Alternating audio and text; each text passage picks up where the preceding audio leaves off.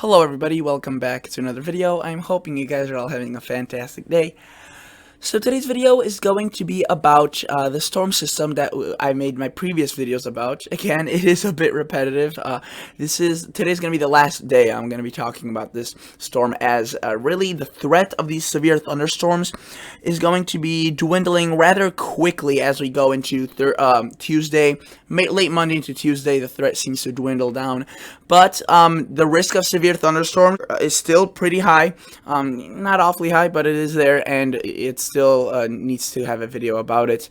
So that's why I'm making this video. If you guys would like to subscribe to this channel, I do all sorts of weather-related stuff. I'm a hobbyist, not a meteorologist, but we all have all sorts of type of fun on this. We do long-range forecasts about storms, and again, if you want to join, that would be amazing. If not, perfectly fine. And if you are a returning viewer, if you could like this video, that would be amazing. So people have been telling me that I should talk slower because I talk a bit too fast, and I 100% agree. So I will be talking much slower in today's video in hopes that it will be better. So if you guys could tell me if it's better, slower for those that were mentioned it last time, consider telling me, as I do everything for you guys, and if it makes the video better, I'll 100% do it. So let's start off by looking at the Storm Prediction Center. The Storm Prediction Center issued a slight risk of severe thunderstorms for today and tonight. Now, you may be reading that, especially if you're new to the Storm Prediction Center, and you may be looking at that slight risk. That's not awfully too high. You're right. On the scale of the from low to high on the Storm Prediction Center, it's not awfully too high, right? That doesn't mean that you should take this this event less seriously, any less seriously. The thing is, a regular thunderstorm is still powerful. A severe thunderstorm is something that is really powerful, and you do not want to experience, as that could I don't know how you say that word, apologize. It could cause a lot of havoc to your area, and you can see that this isn't a slight risk of thunderstorms, it's severe thunderstorms, so there definitely is a difference. Now, this is just a convective outlook. You can see that much of Minnesota, excluding the Arrowhead, that's just the only location, and portions of extreme northwestern Minnesota are out of this. But you could see that much of Minnesota, Wisconsin, western the UP of Michigan, northern Iowa, eastern South Dakota, and southeastern North Dakota are all in the slight. And you can see in the marginal we have parts of Illinois, Iowa, Nebraska, Kansas, rest of Wisconsin, rest of the UP, and portions of Michigan. This does not mean that you can't see a severe thunderstorm outside of these areas. This is just where the chances are the highest. Now, if you were to look at the overview, these thunderstorms right here is a perfect example. These were supposed to fall apart before reaching central Wisconsin. Now, they are still strong and they are still packing a punch. They are not severe. They were severe, but they still could do a lot of damage. And why I'm pointing this one out is because I'm trying to show that change is very possible, if not likely. There could be a certainty in the forecast, but it still may be wrong. And I'll show you a couple of the different models today. And each one of them has a different plan for these thunderstorms, a different scenario. I also do want to point out that this is going to be really centered, this event, this storm, going to be centered across the Midwest and the parts of the upper plains, and maybe into portions of Texas and Oklahoma and Kansas. Otherwise, much of the West, really anywhere west of the Rockies, is going to be bone dry. Much of the Northeast is going to be missing out on this. I don't know, it's kind of a good thing that you're missing out on this. And the Southeast isn't going to be affected by this storm, but it is going to it's going to be filled with pop-up showers, which could have their own little, threats with them, as these storms kind of pop up, then dissolve, pop up and dissolve, and they could happen over a very close, similar area, and these do produce lots of rain, and that could cause lots of flooding, and some of them are severe warned. If we were to look at the National Weather Service Ready Nation map, I was looking at the radar here, and we could notice that we do have a few warned storms right here across parts of southern Carolinas. When I first looked at this, there was just one. Now there's two, so you can see that there definitely is a threat for these to become severe. really, they're not going to be as widespread as we have to the north. As you can see right here, we have a severe thunderstorm, a warning actually, with a severe thunderstorm watch. You can see that there is a severe weather statement, but it's gone on a map because usually this is issued once a severe thunderstorm is starting to dissipate, and they're kind of saying, oh, we've downgraded it into this, and then usually it disappears a few minutes later. And that's what has happened. They just haven't updated this little key right here. You can see this severe thunderstorm warning still in effect, and 60-mile-per-hour wind gust and penny-sized hail. Wouldn't be surprised if you could find up to some quarter-sized hail in those storms, though. They are diminishing, but you could see just because they're not a severe warning, some of these could also be packing a punch. So this is really kind of, I guess, gonna unfold as we speak, if you will. There's, these storms weren't expected to make it this far to the west, but they're still going, and they're going strong.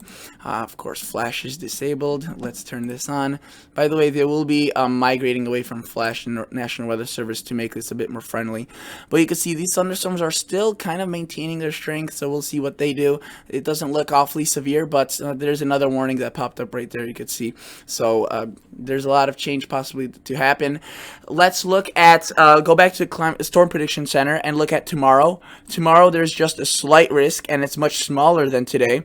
The real estate it covers, the amount of land it covers. And the marginal is still pretty big, and you can see it affects big cities like Chicago. Des Moines is really out of this. But the Quad Cities, Kansas City, Wichita, St. Louis, and Indianapolis, Amarillo, Texas, and major other cities, including Paducah. I can go on for a while with these cities, but you get the point. It's a bit less tomorrow, and mainly it's a wind threat.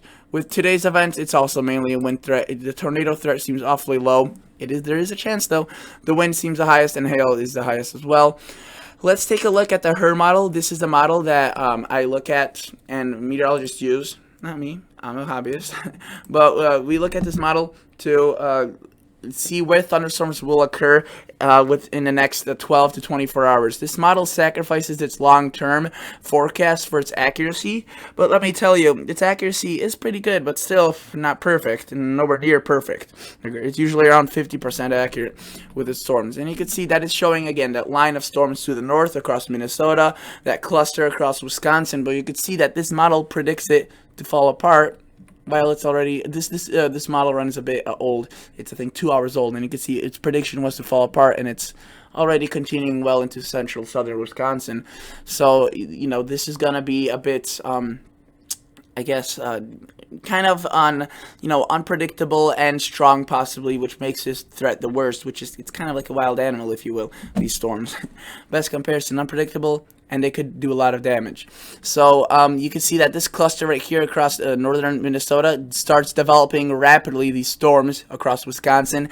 They could also be severe. They actually have a mesoscale discussion about this. So if you live in this area and you want a little bit more information on this, go to spc.noaa.gov and go to their main homepage, and you can see that they have a mesoscale discussion 1436, severe potential watch possible, issued 4 minutes ago. So you can read up on that. I won't be showing that, as that may that's just going to take a long time to read. Notice that the storms do pop up. They do form some nice lines. This could definitely be affecting portions of southern Canada as well, and this moves across Lake Superior. Notice we see a line develop across eastern Illinois. This doesn't seem to be very long-lived, but it definitely shows signs of strength that could have strong winds, large hail, maybe a chance of a tornado. There's always a chance, like with most things, but it seems very low today, especially across these regions. If a tornado were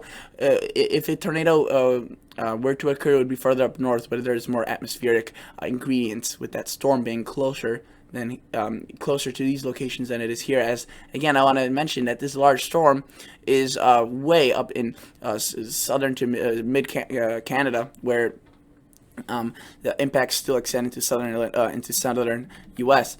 You can see that we see this kind of it gets dissipate, turn into more of a MCS, a mesoscale cluster, convective cluster, and you can see that we start seeing a resurgence over the night a bit into this around 2-3 o'clock in the morning. We start seeing a bit of thunderstorms across the same areas.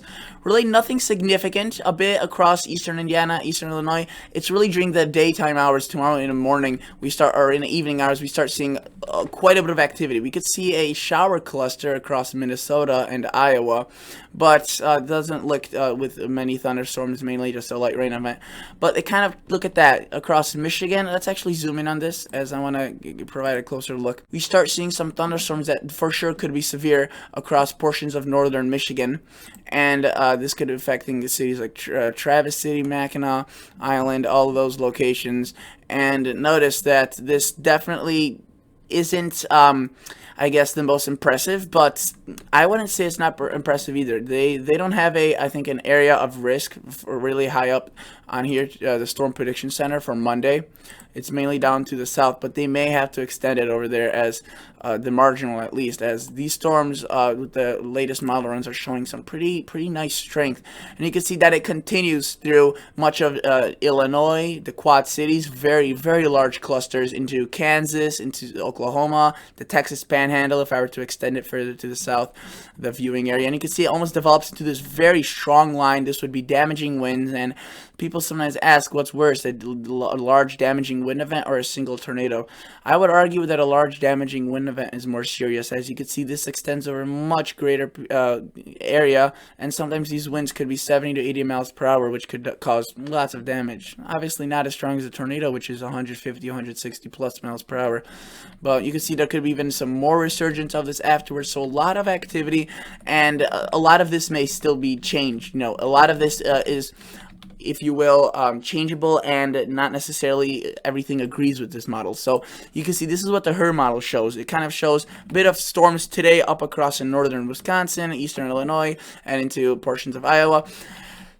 Then we see a single line, you know, one single event. While if you were to look at the European model, this is a long-range model, so it's a bit less precise, but it still has its own information to give in a short range. And you can see that it has the storm way up here spinning across northern Manitoba, and it moves into northern Saskatchewan. So that's where the storm is, and you can see it's pretty strong. But you look at this, the European sends a line of thunderstorms into Monday, so late today into early tomorrow, a first line of thunderstorms across Illinois, Wisconsin, Michigan, Indiana, and then late tomorrow it sends another line with a extreme bowing right there, which could be a damaging wind event, which we have to definitely watch for. And this extends into large cities, you know, Chicago, St. Louis, Champaign, Illinois, Kansas City. This could be as far west as possibly some larger cities like Topeka and Wichita. So definitely a bit of a concern. And the storm definitely is going to change its forecast. You know, it's going to kind of be changeable, if you will. So definitely something we have to keep an eye on for. If we were to look at the rainfall amounts from this, you can see total accumulated precipitation. Wherever the rain does fall, it's going to fall heavy. You know, if it rains, if it's going to rain, it pours. It's kind of, I forgot that saying, something like that. That's kind of applicable to this situation. But again, this will change. So if you're looking at your county right now and you're like, darn it, we're not going to see rain, we need the rain, don't get too disappointed. You still may have a good chance of seeing some showers and thunderstorms as this change. And this is actually a couple hours old. If I were to go to the newest one, it probably already is a little bit different. And if we were to look at the radar and frozen, there's probably a few. You can see that the cluster is further to the south. The one that we saw across southern Minnesota, that one's further to the south. We see a resurgence stronger than expected across Wisconsin tomorrow in the morning. And we see this first initial cluster go further east than expected with the other earlier model runs. So thank you guys so much for watching. That's it for today's video. Hopefully you learned something new. Hopefully my talking was a bit slower. Again, this channel is for the fun of it. We do stuff, give you stuff, obviously. We give you more information about the weather. But again, for official forecast, go to the National Weather Service, go to NOAA, go to the National Hurricane Center. And this channel is just to really provide you a little side information. So thank you so much for watching. Stay safe. Keep your eyes to the sky. Keep your eyes to the forecast and on the radar, especially the radar, as that's probably the thing that's most up to date with these things. And I'll catch you all guys in the next episode. So see ya. Bye.